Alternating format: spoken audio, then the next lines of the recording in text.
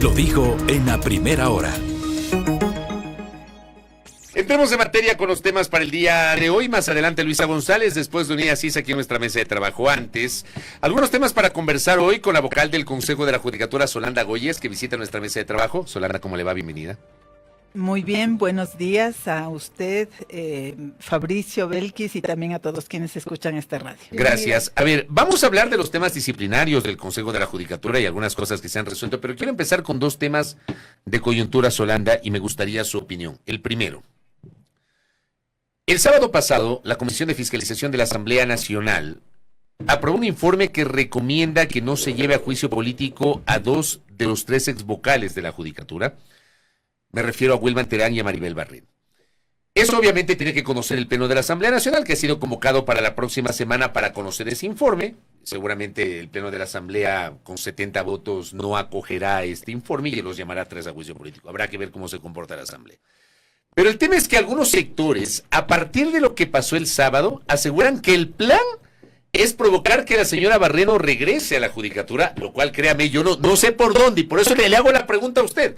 No encuentro por dónde puede haber un argumento de que la señora Barreno regrese al Consejo de la Judicatura, y ahí va mi pregunta. ¿Puede o no puede? O sea, yo quisiera saber si es eso para entender si tiene asidero estas alertas que han levantado colegas y algunos actores políticos de que la señora Barreno va a regresar a la Judicatura. Explícanos. Es imposible, es imposible. Explícanos por qué, por favor. Porque Maribel Barreno tiene un auto de llamamiento a juicio en el ámbito penal, en un juicio penal, y el artículo 77 del Código Orgánico de la Función Judicial establece que quien tiene esa condición jurídica, es decir, que esté llamado a juicio en juicio penal, no puede ser funcionario judicial. Ella está removida por esa razón. Entonces, independientemente de lo que sucede en la Asamblea Nacional, la señora no puede volver. Y por ejemplo, si mañana pasado en el juicio a ella le ratifican inocencia, tampoco puede regresar. Mire, allí yo tengo una postura frente a eso, ¿no? Tengo una postura en el sentido de que no voy a hablar del caso de los vocales del Consejo de la Judicatura, pero sí de los otros funcionarios, jueces, fiscales, defensores públicos, funcionarios de apoyo jurisdiccional en las unidades judiciales, en las fiscalías y funcionarios administrativos. ¿Cuál es la postura? La postura es que una cosa es el ámbito penal, porque así lo dice el Código Orgánico de la Función Judicial en su artículo 104, y otra cosa es el análisis administrativo sancionatorio que tiene la capacidad de realizar el Consejo de la Judicatura. En el ámbito penal se debate la existencia o no de un delito. En cambio, en el ámbito administrativo se tiene que demostrar si ha existido o no una inconducta judicial en el ejercicio de sus funciones. Son dos ámbitos totalmente diferentes, ¿no? Y las normas lo dicen claramente, no se superponen, no depende la una de la otra, tienen que tratarse de manera separada. Por lo tanto, nosotros como Consejo de la Judicatura lo que tenemos que hacer es revisar la actuación del funcionario judicial como funcionario judicial en el ejercicio de sus funciones y según eso determinar si es que ha actuado correcta o incorrectamente. Por lo tanto, una vez que una persona puede ser declarada inclusive que se le ratifique su estado de inocencia en el ámbito penal, pero esa misma conducta puede tener implicaciones de incurrir en una falta disciplinaria en el ámbito administrativo y por eso ser inclusive destituido y no puede en esa condición retornar a la función judicial. Entonces yo me quedo con eso, es imposible, y por eso la pregunta Solanda Goyes. Yo me he quedado, Belkis, amigos y amigas, loco con estas deshonestidades que muchas veces se manejan desde la opinión pública. Me parece increíble el haber posicionado. O sea, yo en lo personal critiqué el informe de la Comisión de Fiscalización, pero decir que ese informe va a derivar que el plan es que la señora Barreno regrese, no sé por dónde. Y aquí Solanda Goyes nos ha explicado. Cuando son temas por cuerda separada, por digamos cuerda así. separada. Sí. El otro tema tiene usted ahí. Así es, doctora. El Consejo de Participación Ciudadana cerró ya esta etapa de impugnación dentro de la designación del vocal y presidente del Consejo de la Judicatura. Ya para la semana entrante está previsto que se designa el nuevo presidente y vocal de este organismo cuando se recepte en este caso la exposición de los planes de trabajo de quienes están postulando, digámoslo así. ¿Qué expectativa hay respecto de este nuevo cambio en cuanto al titular del Consejo de la Judicatura? Una breve evaluación de lo que ha sido la presidencia de Álvaro Román hasta el momento. Yo lo que creo es que el Ecuador no puede pararse, las instituciones no pueden pararse por más cambios que se tengan que hacer. Y estos cambios suceden justamente porque han habido actuaciones incorrectas. Fíjese que lo lógico hubiese sido que el Pleno del Consejo de la Judicatura, que fue nombrado por el doctor Julio César Trujillo y el consejo que él presidió en el año 2019, dure los 6 años. Eso es el sentir, el deseo, el trasfondo, la intención de lo que dice el mandato de la Constitución, ¿no? Que expresa además una voluntad del pueblo ecuatoriano cuando votamos la Constitución. Pero son tales la cantidad de cosas que suceden en nuestras instituciones que tuvo que interrumpirse el periodo, unos porque fueron llamados a juicio penal, otros porque fueron condenados en juicio político, otros por renuncias, en fin. Entonces, frente a esa circunstancia, obviamente que hay elementos de inestabilidad como esto, que toca hacer cambios de las autoridades en el camino. Pero eso no tiene que, al menos en el Consejo de la Judicatura, y de mi parte siempre hago este compromiso, lo que encontrarán es trabajo constante, permanente, arduo, con el ánimo de resolver los problemas. Por lo tanto, no tiene por qué cambiar la dinámica que ha implementado este Consejo de la Judicatura en el tiempo de Álvaro Román.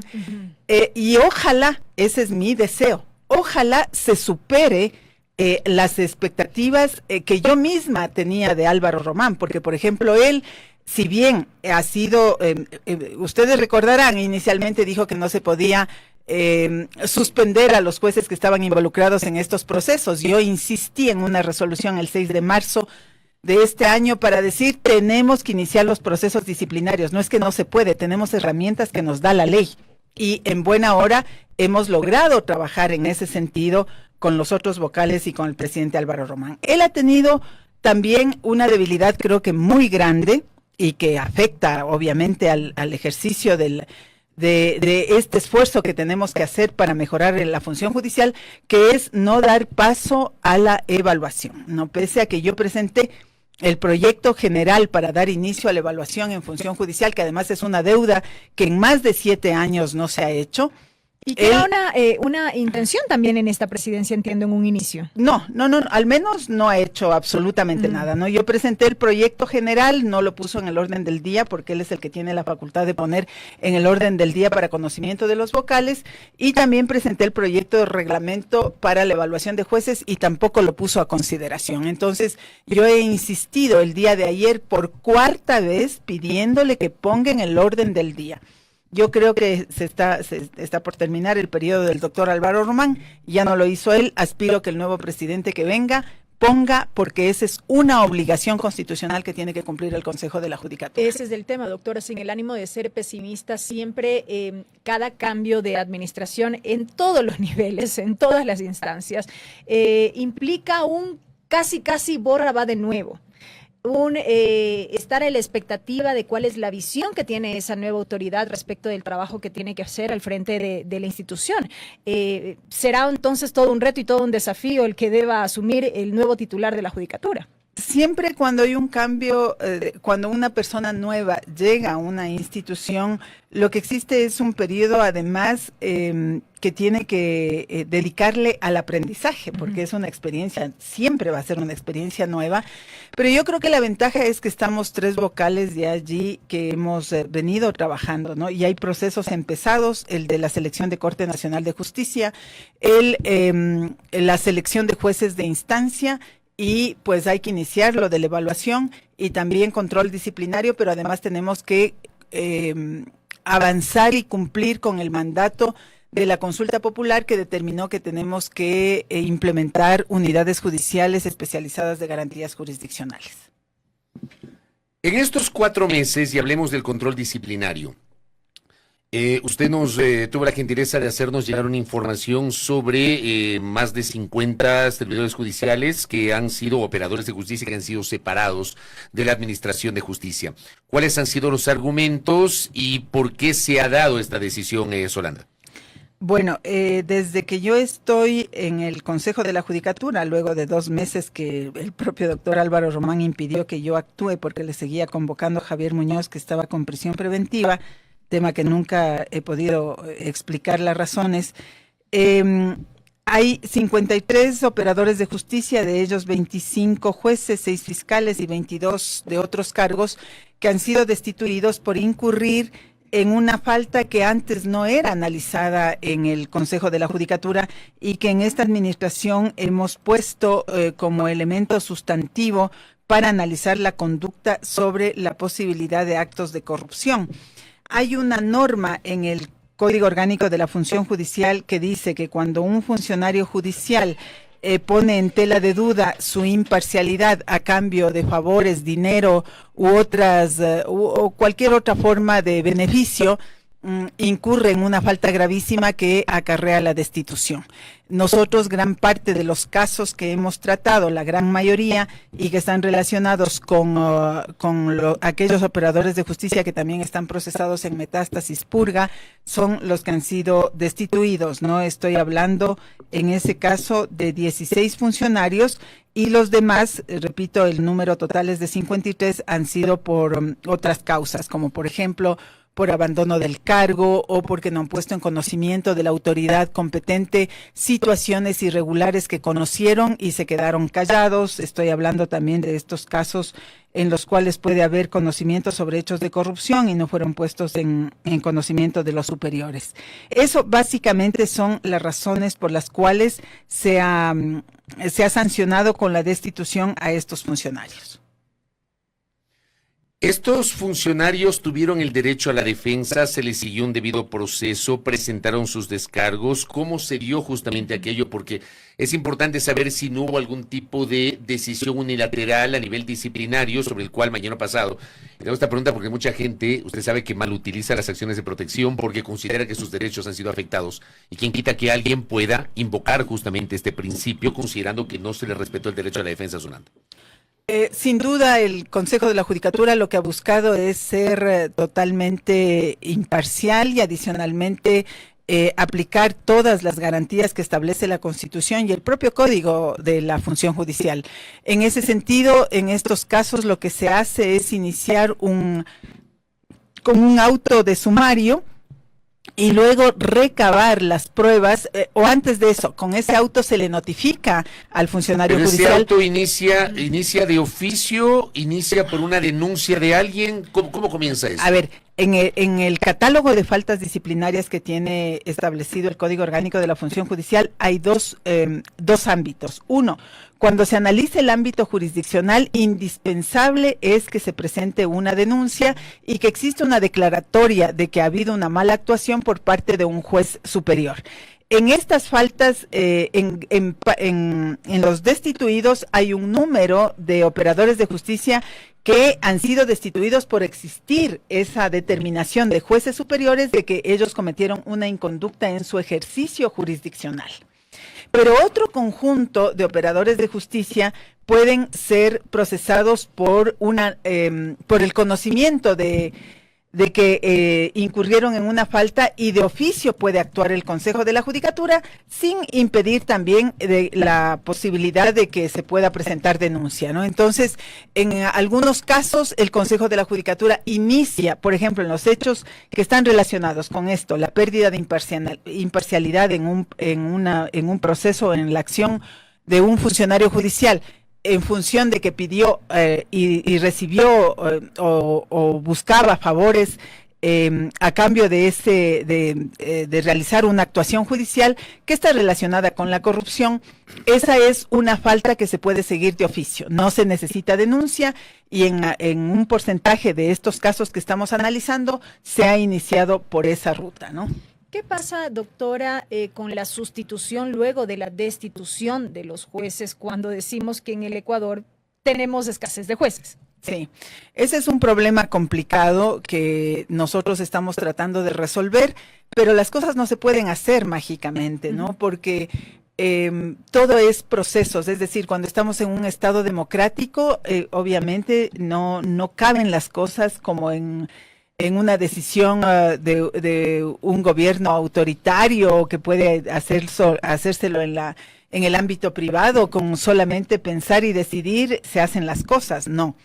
Acá hay que seguir para todo proceso. Si la Constitución indica que para incorporar jueces, fiscales, defensores públicos a la función judicial hay que hacer concursos. Cuando nosotros llegamos, lamentablemente, no había ni todos los bancos de elegibles de jueces de cortes provinciales, de jueces de primer nivel, de jueces de tribunales, estaban caducados.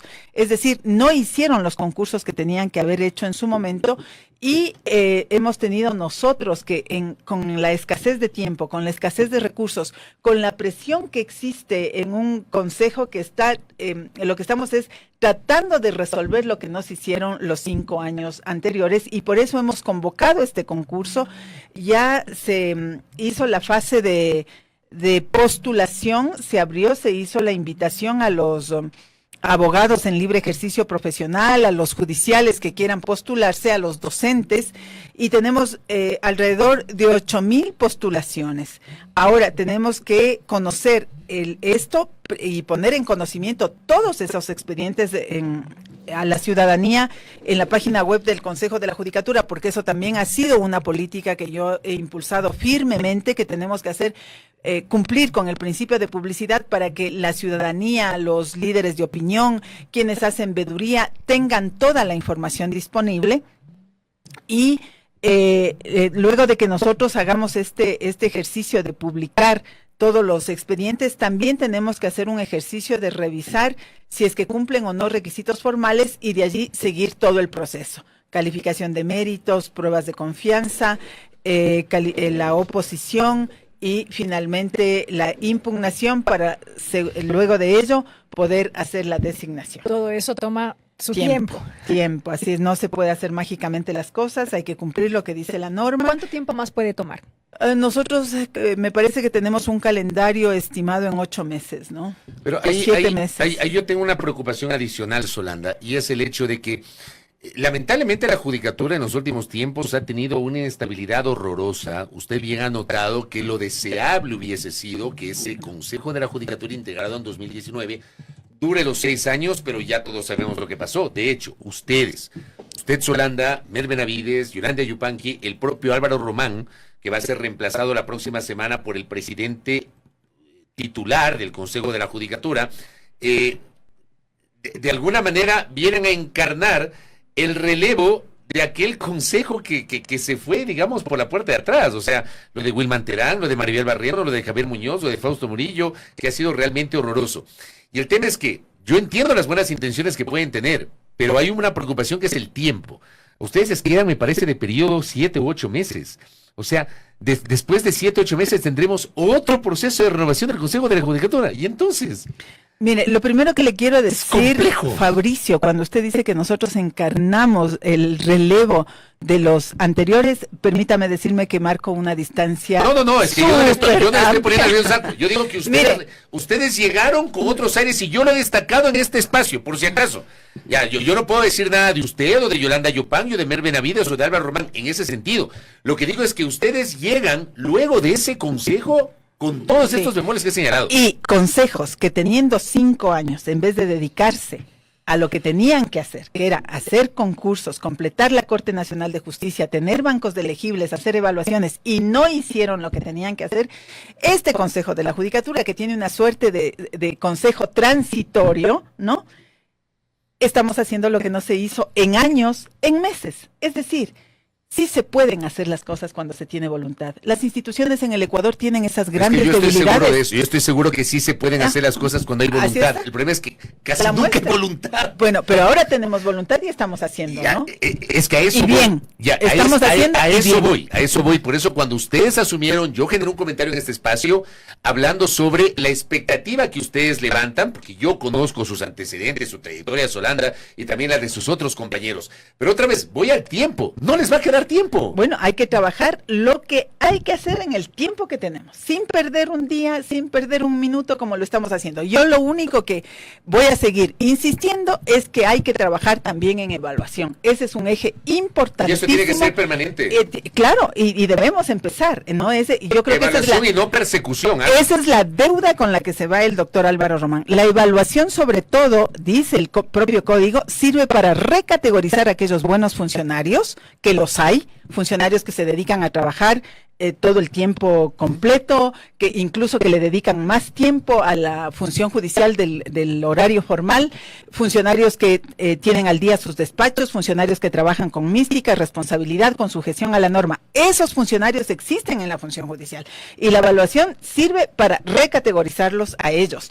Pero también la evaluación tiene que servir para mirar dónde están las debilidades y por eso es mi insistencia de que en la evaluación hay que incorporar el parámetro de probidad, que hay resistencia sobre eso en algunos sectores. ¿Por qué? ¿Porque es subjetivo o por qué? No, es súper objetivo el parámetro de probidad. ¿Y por qué resistencia el parámetro de probidad? Eso tienen que contestar los que se resisten, ¿no? Por ejemplo, allí hemos recibido algunas observaciones en donde se indica que el parámetro de probidad precisamente sería subjetivo. Yo le voy a poner datos bien clarísimos de objetividad, que hay que revisar porque además es una facultad permanente del Consejo de la Judicatura. Inhabilidades.